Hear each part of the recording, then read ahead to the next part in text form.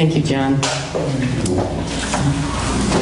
And now we come to Anne. Anne Veague runs Waterline Writers, teaches the White Page fiction class at Water Street Studios, and is working on a collection of short stories. While at Knox, she majored in psychology and won the ACM Nick Adams Short Story Prize. She is excited about the addition of Adam Gottlieb's Wordplay at Water Street, featuring writing workshops, open mics, and spoken word performances for teens and young adults on the fourth Friday of each month, beginning May 24th.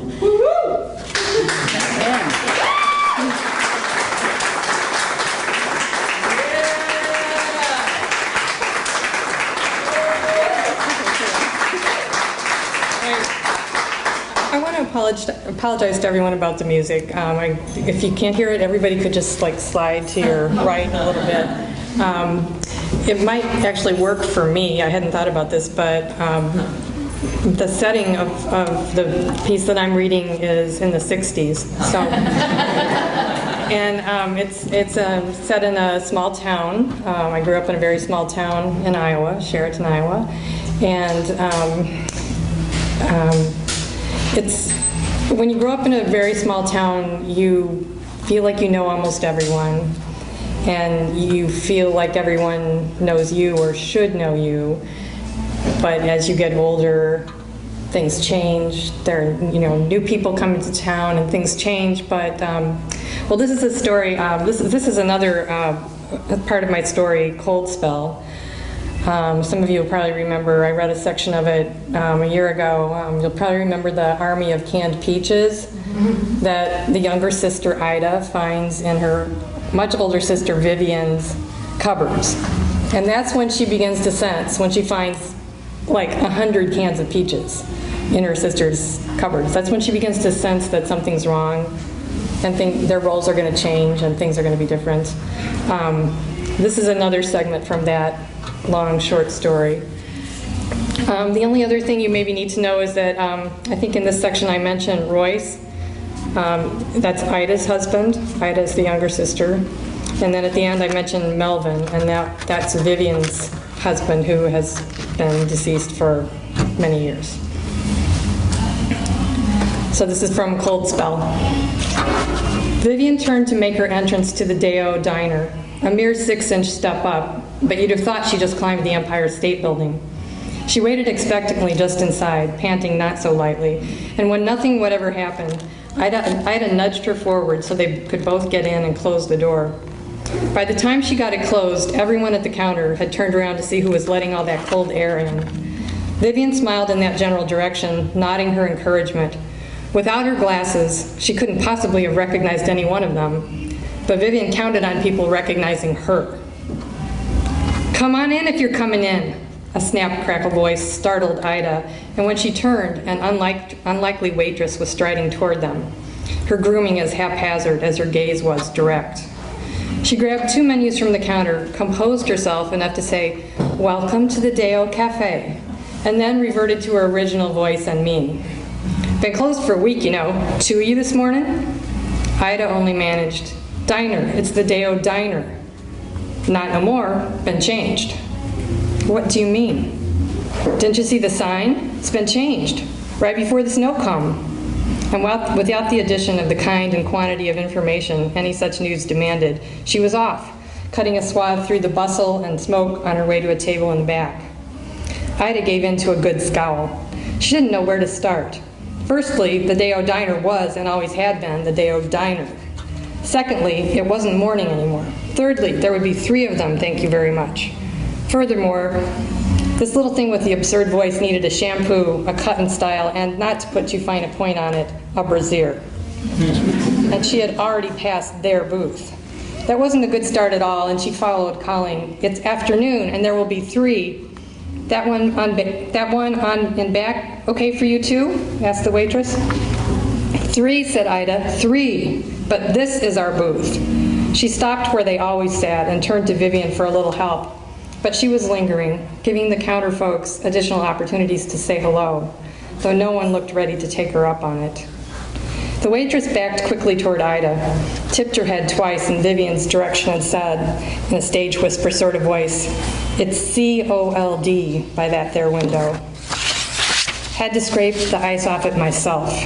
And while waiting for instructions, she inserted a straggle of hair into her mouth and began to suck on the split ends. Ida gripped the edge of the table with both hands and slid in on her side with proprietary speed.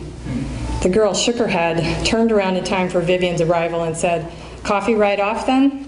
to the face looking into hers with a sweet-as-pie expression. "Yes, dear," said Vivian, noticing a potential conspirator. "With real cream and sugar cubes. Just take away those little packets." And without pause, she offered her back and began to struggle with her coat. The girl's lips parted and the straggle escaped, but before Ida could say, "Now, Vivian," the girl was helping with the coat. Having been drawn in this far, she would hardly say no to a simple request for cream and sugar. This was one more thing about Vivian. She had a way of getting people to do things for her. If Ida tried this kind of thing, it would end badly. She could not pull it off.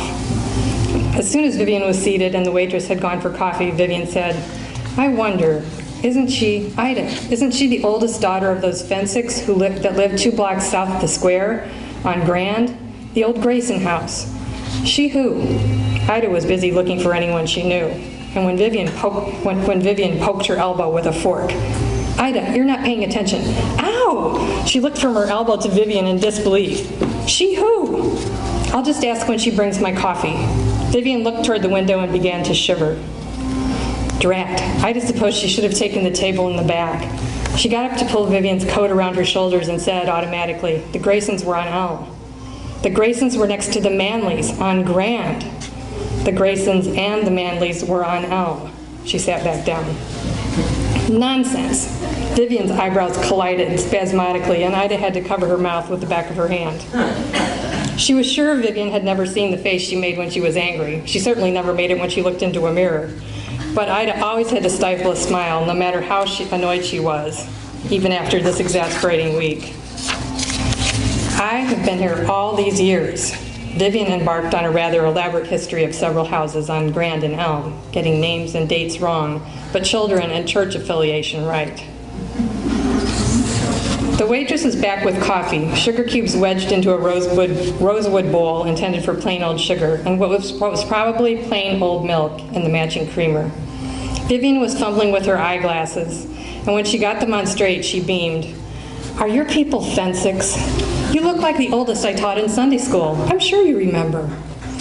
The girl's pen twitched half an inch above her disheveled pad. "No, I don't. Wasn't me." Her gum went kapow. "You want to order now or wait on?" "We'll wait," said Ida, so she'd go away. "You're teasing," cajoled Vivian. "You're Wanda Fensick." "I'm Cinder Brewster." "Wanda. Cindra." Vivian's eyes narrowed. "That doesn't ring a bell." "I don't even know no Fensicks." "Any Fensicks," said Ida and Vivian. "Like I said," she said. "My dear, the Fensicks have lived in this town for years, and I recognize your voice. The children called you Froggy." "I'll have the egg salad," said Ida, more loudly than she had intended. Vivian's attention flew to Ida. "Egg salad," she exclaimed. Ida braced for a scolding or maybe a fork, but Vivian emitted one lone sharp huff and turned on Wanda Cindra with intent. "The ham salad is what I'll have," she said, speaking slowly and quietly, "if it's today's." No reply. "Is it today's?" "Yes." "Then please write this down. Ham salad, hand-dipped onion rings, and Jell-O." Cindra scribbled. "Red with pineapple or green with celery and olives," she sort of whispered. "The red, a bowl for each of us." Vivian laced her fingers above her coffee and smiled patiently at Ida. "There haven't been any Brewsters in this town since the doctor died, and she is not a Brewster," she said as soon as she could. "She might even be one of those hippies. I didn't know we had them." "And you had eggs for breakfast," Vivian said loudly. "I miss eggs," Ida returned, almost as loudly, and as the two women at the next booth peered at them, Vivian turned her head dramatically, and 2 brown buds escaped the brim of her hat. She glared toward the window, the scrim of condensation, flowers dangling. The very same week Melvin died. There had been a report about cholesterol, heart disease, and eggs on the news. It was in the papers too, and Vivian had clipped an article that Ida later found alongside the obituary in Vivian's top dresser drawer. It was an explanation Ida thought Vivian needed, even if, maybe because it implicated her, gave her some part to play in his death, an event that threatened to separate her identity from his. Viv had watched that bit of news in silence, and the fact that she had plied Melvin with 3 egg omelets and piles of bacon every morning of his life was not at that or any other time ever mentioned again.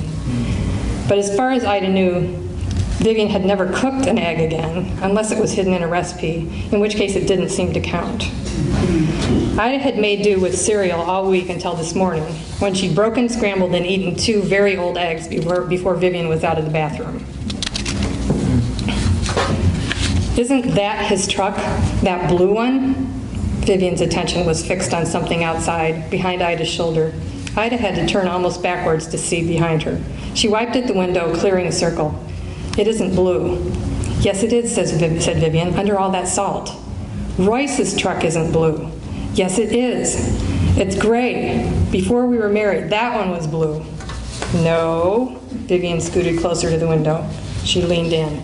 No. She put her hand right up next to her face and pointed toward the truck. No. Tapping at the window. It's that color right there. It is not.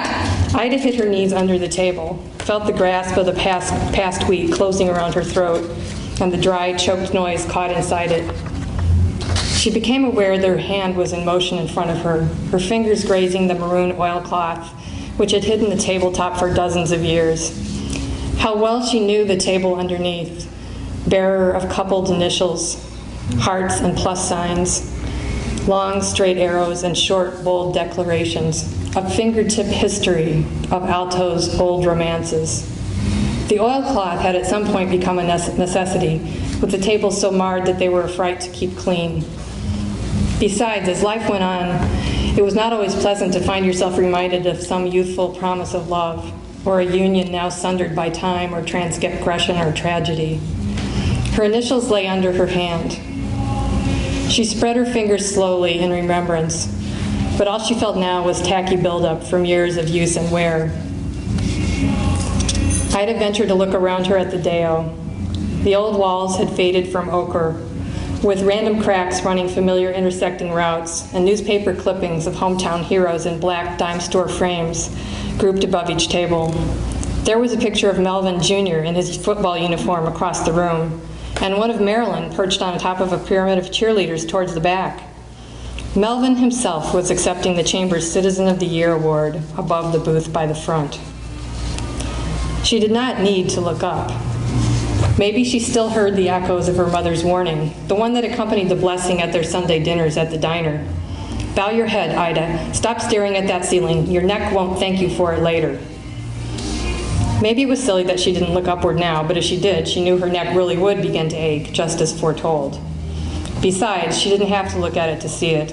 The ceiling was fixed in her mind, and sitting in the deo or not, when she wanted to see it as she had when she was a child, she simply closed her eyes, for she knew how light played on the gleaming black tin far above her, knew once again the smooth undulation of indentations and ridges, as if her hands had explored them as often as her eyes, saw once again her childhood vision take form and pattern and flight in a host of fleur-de-lis angels flocking across that expanse in shining ebony relief.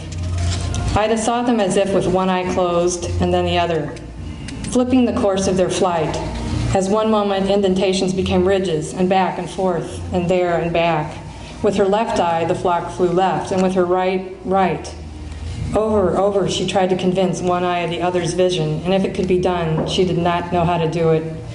All her life she'd been able to see them whenever she wished, in daydream or time of need, in solemn prayer, in any difficulty. There always, crossing and recrossing, never ever ceasing. Marvelous, she said, only once, aloud. At the vibration of her own voice, Ida's eyes jumped open. She'd forgotten all about Vivian, who hadn't said a single solitary word since Ida shouted at her.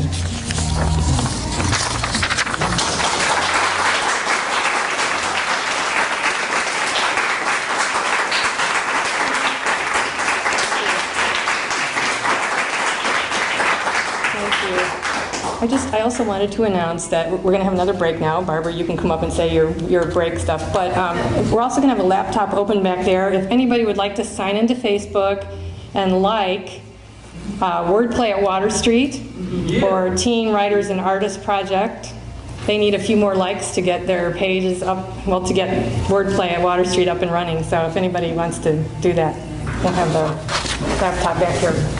Thank you. Thank you.